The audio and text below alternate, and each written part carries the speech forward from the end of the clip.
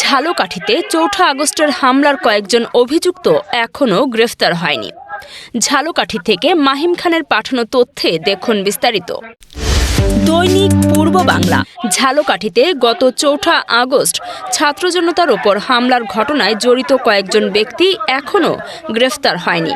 স্থানীয়ভাবে তাদের প্রকাশ্যে চলাফেরা করতে দেখা গেলেও আইনশৃঙ্খলা রক্ষাকারী বাহিনী এখনও সবাইকে আটক করতে পারেনি। প্রশাসনের পক্ষ থেকে জানানো হয়েছে ঘটনাটি তদন্তাধীন রয়েছে এবং ইতোমধ্যে রাজনৈতিক পরিচয় সম্পন্ন কয়েকজনকে গ্রেফতার করা হয়েছে। সংশ্লিষ্ট সূত্র বলছে, প্রশাসনিক রদবদল ও কর্মকর্তাদের বদলির কারণে অভিযুক্তদের শনাক্ত ও গ্রেফতারে কিছুটা বিলম্ব হচ্ছে। এদিকে এনসিপি ও ছাত্র সমাজ বিভিন্ন সময় শান্তিপূর্ণ কর্মসূচির মাধ্যমে দ্রুত বিচার ও দোষীদের গ্রেফতারের দাবি জানিয়ে আসছে। প্রশাসন জানায়, প্রাপ্ত তথ্য ও প্রমাণের ভিত্তিতে আইনগত ব্যবস্থা গ্রহণ অব্যাহত থাকবে।